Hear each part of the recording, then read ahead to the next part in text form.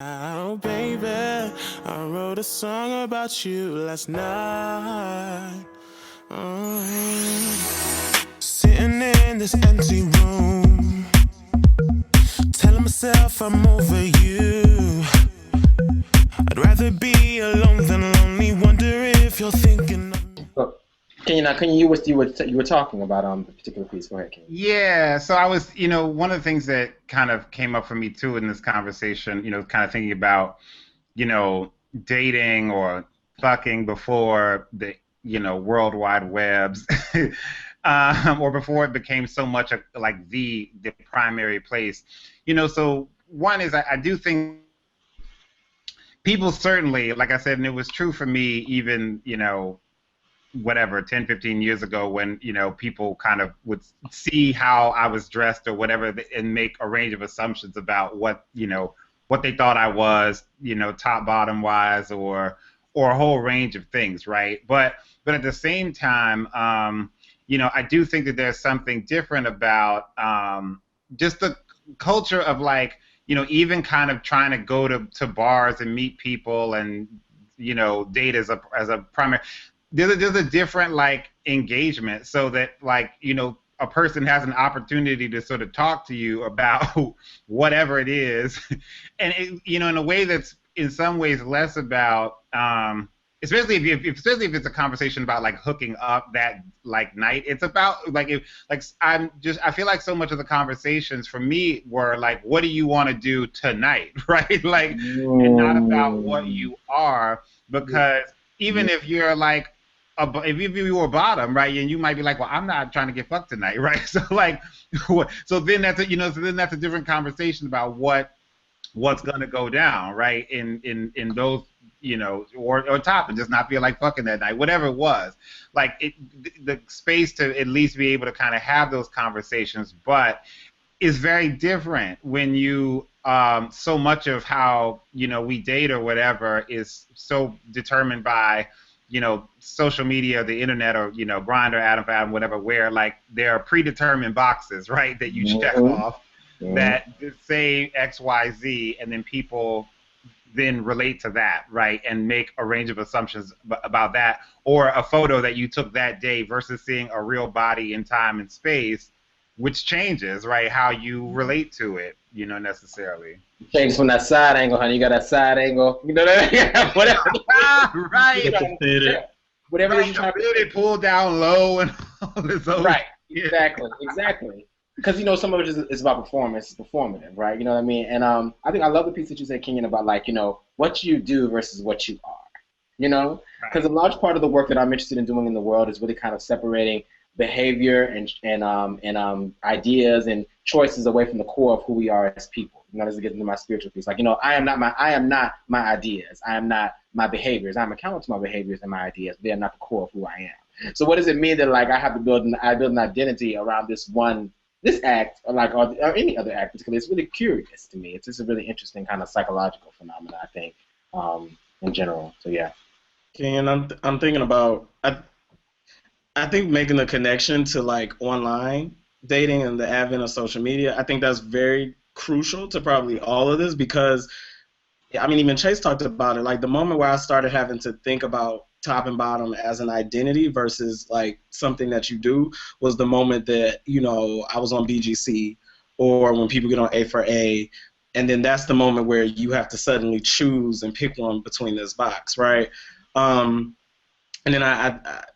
then so now, like mobile sites like Jacked and Grindr and stuff like that, I think that's a little more interesting, because now it gives people the space now to suddenly like they can claim that if they want to, but they don't necessarily have to. They can just say, I like to do this, and so it's a little freeing in that sense. But I don't know. It's sort of like, I just feel like our world, I mean, people have used the term neoliberal. I really don't know what that means, but I feel like as we progress into this world that's very corporate, very all about quantifying everything, it makes sense then that top and bottom has now become this label that we can continue to use to sort of like categorize people as we sort of shop for them, in mobile phones and on the internet. And so it makes, I really do think Because I was trying to think about, like, where does this come from then? Like, how do we go from a moment when it was about what do you want to do tonight? And I remember I was talking to this other, another older brother, and he said, yeah, he said, I'd meet somebody in the bathroom. I know what people was on. I saw you on the train, we going in the bathroom, whatever happens, happens. Yeah. So how do we go from that moment of fluidity to now all of a sudden we all have to claim this identity and this label, and like what in our world has like contributed to that, right? Mm-hmm. And then what is our interest in sustaining that then, right? So if now in a space like on Jack, you don't have to say it, but people still feel like they need to, why do they still feel like they need to say it? You know, if they're not directly asked. I feel like something too that I've noticed, and I had a conversation with some friends about it too, and because a lot of us, our first introduction to sex is through porn, and especially for if you're a connoisseur of black gay porn, it's very limited. It's very narrow and very racist, thug-based. You know, we don't have any self-actualized porn stars. Like, we don't have the doctor fantasy. We have, I met this nigga on the street, and this is what we're finna do. Right. You know, in this bare hotel room. And I think that, too, contributes to especially for as I was younger, like, I mean, I would see it and I was like, okay, but then when I got faced with the questions, I was like, well, which one? And then in my mind, I was just like, I don't know, shit, it depends. You know what I'm saying? Like, and I think for a lot of, especially the younger gays, it kind of creates this culture where they feel like, well, I have to figure one out. This is my label. Then they start building an identity around it, and then they just kind of give in, and they're not necessarily giving themselves that flexibility.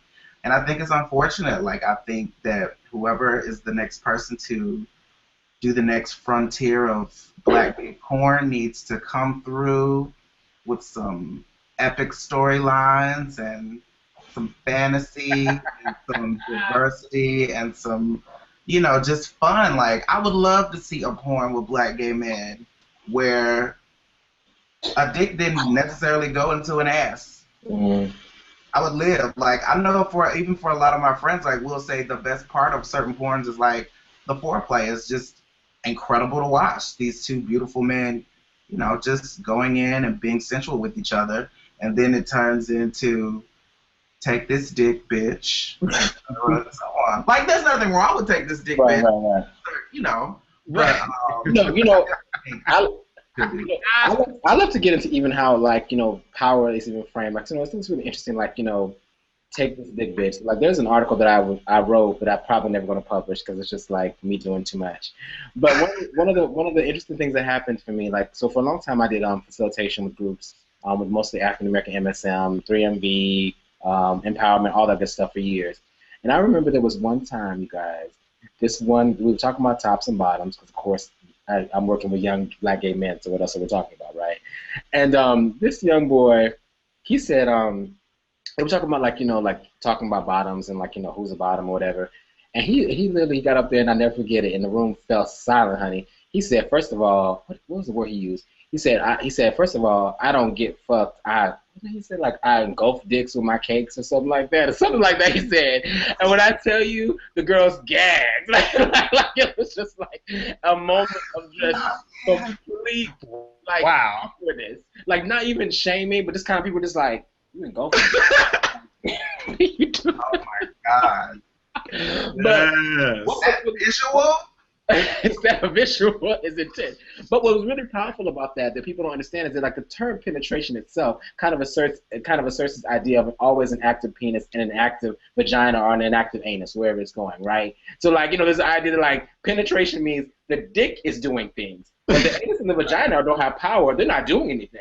They're just there. You know what I mean? Right. And so for him to say, well, no, I'm clamping on this dick, or I'm engulfing this dick, or whatever like that, it's like, wait, hold up, this thing has power, it has agency. Oh, that's very disconcerting to people in terms of how people understand power, how people understand sex. Because now he removed himself from saying that I'm a passive agent as a, you know, bottom or however he identified, and no, but I'm actively doing this. And it was very kind of disconcerting to the young people in the audience, but it just speaks to so many ways in which how these constructs really reflect a broader psychology of power that is what we need to really dismantle and pull apart. And what I think that at the core really bothers me, I think at the core of them, these ideas, you know. So yeah, that was an interesting. I jokingly say that Beyonce could have walked in that room, honey, and them girls' faces would not have not gags, and they were gone. They were just like, and Kofi, what is good? Right. I'm changing my profile today. Why are you changing your profile today? It's gonna say nipple licker / I am golfer with cupcakes. Yeah. That's amazing. It's true. Very interesting. Very, very interesting. Yeah, I'm all for we need new porn. I think that is the absolute truth. I mean, I remember when the first, like, when it was really like Tiger Tyson and like, when like that kind of the thuggery porn really first kind of jumped off. Yeah, a lot of it I did not find like sexy because early on, now you see it more, but like, when that kind of genre of like black gay porn first popped off, they would never kiss, right? They wouldn't even be any kind of like anything but dick sucking and like, and fucking, right? Like that was really all it was, right? And so, so I do think we need new porn, and like with, both it's like, where there's like actual kind of passion, engagement, energy, and whether some of it can be like more romantic, some of it can be rougher, whatever, but that there's actual like there's like engagement and not like this right, like like the whole scenes of like either being on the basketball court and then going to fuck. That's like the extent, or like coming from like the corner store with like Code 45, a strawberry blunt and like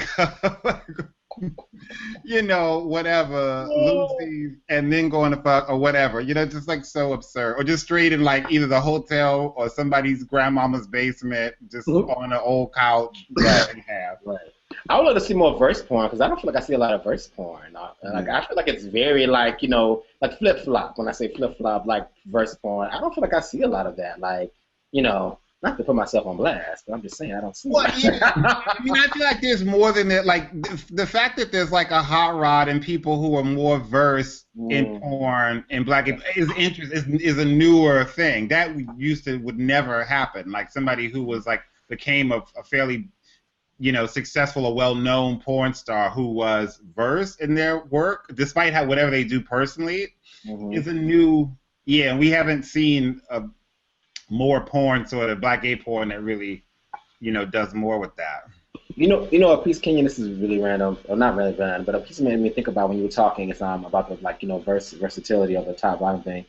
Is I remember going to see Noah's Ark, the movie when it came out. I think the Broom movie, and I remember like the movie theater was packed because I was in Atlanta, and I remember there's one line in the film where I think Wade, who was Noah's love interest, is having a conversation with some of the other guys, and there was a question about like who was topping who, and Wade kind of left it open as if he was like potentially, because Wade is perceived to be the masculine person, people who are watching the show, and so there's an assumption that Wade was topping Noah, and Wade kind of left it open that like what could be happening in our sexual relationship, right?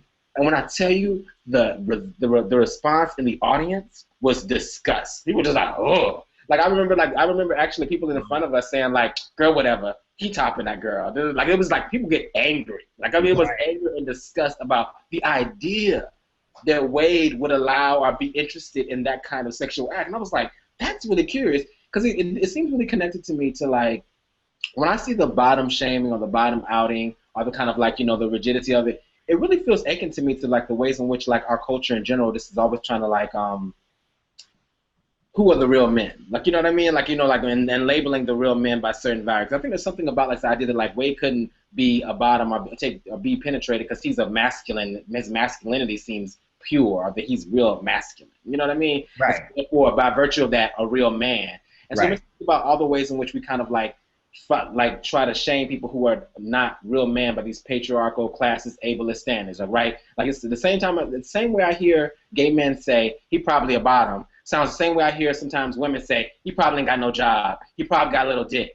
Or like when I hear ableist stuff, like he can't even get his dick up. Or like our transphobic stuff, he probably ain't even got no dick. So like all those things, like this kind of commitment to kind of like figuring out who's not the real man by these standards. And I feel like that's where bottom shaming, a part of where bottom shaming comes out, because I think on the core of it is the idea that like, you're getting penetrated, and like that's funny and comical and joking, even if you are that person, because that means that somehow your masculine is impure, you're not a real man by these standards. Right, and I also think the other issue with the Wade and Noah thing is that, because masculinity is always relational, right? It's in relation to whatever is either an ideal or another actual body or presence. Mm-hmm. And so I think that part of the thing was not just that Wade couldn't bottom, but the fact that he would bottom for Noah, right? Who's like, absolutely, right? Like, absolutely. That's also part of it. It's just like had Wade been with say, Chance's husband, right? The right. People would have heard that differently. But the fact that it was Noah, that changed the relationship of that conversation. Absolutely. Absolutely. If you watch the, I know I'm gonna seem like a Noah's Ark fanboy, but in the bonus features on the second season, and that last scene where Noah and Wade get caught in the bathroom. Right. There's a bonus feature where like they cut to the scene of them having sex, and Noah fucks Wade. Oh, that's right. Yeah, because I got it's up. It's up.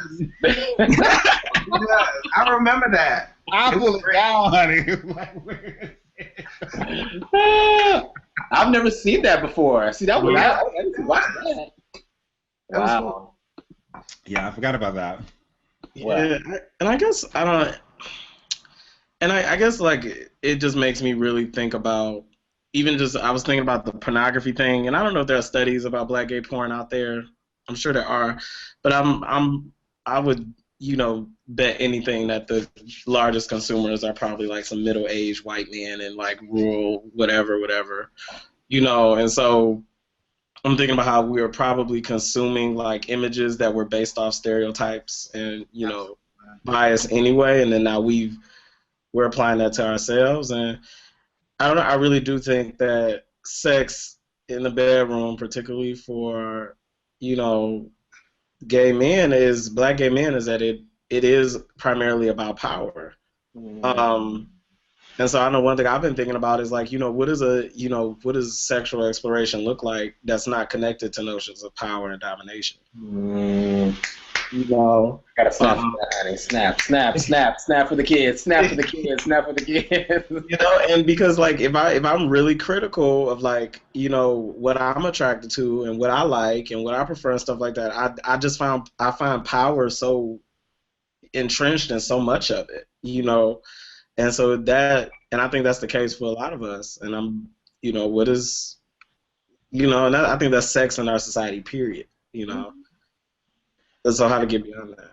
No, I think that's really important too, because I think we talk about like how people use sex to feel powerful, your body in power in different ways, like what I mean, and how sex represents like how people sometimes because sex is not just there's a psychological, subconscious. There's always different aspects to it, and so sex is a symbol of all those different things. It's how do we relate to power? How do we relate to gender? All these different themes in our current cultural context, and I think that like the preference conversation kind of was like, oh, it's just my preference, or it's just my preference.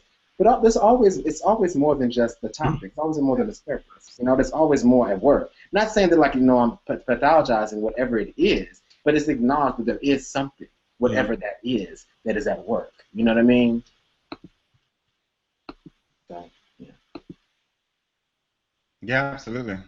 So, I feel like we've that was part two. What did you say, Chase? What did you say? That was part two. I said, right? Laid the smackdown. So the summary of this after the brunch with the boys, we sitting at the still having cocktails and sitting out.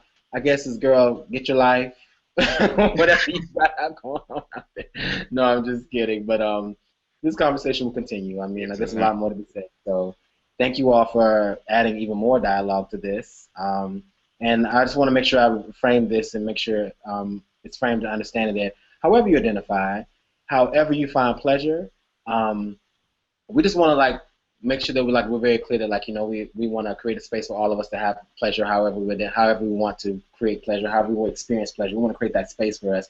And so in us challenging and critiquing and having challenges with the way top bottom is framed, it's not saying like, oh, you can't just only like one thing or whatever. We don't want to make sure we're not trying to enforce that or police that.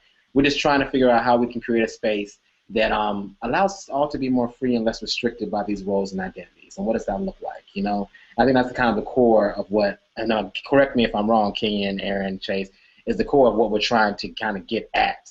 Not so much as demeaning people for whatever pleasure you enjoy. Honey, get your life, enjoy it, be safe, be whatever. Just have a good time.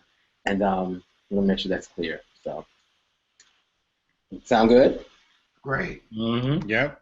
Thank you guys for joining me. Be consensual is the only thing I would add too. Make sure it's be consciously consensual, right? Both with yourself and with whoever you're getting popping with. Ashe. Chase, any last thoughts? Have fun. Have fun. Make it great. All right, Aaron. Yep, just get your life. Get your life. Get your life. Have a good time. All right, thank you all so much. It's been a great continued conversation, and I appreciate each of you. So, thank you. BrunchWithTheBoys.org. Check us out. But it doesn't seem to matter, 'cause I feel you here. I feel you here, baby, baby, baby. I wrote a song about you last night.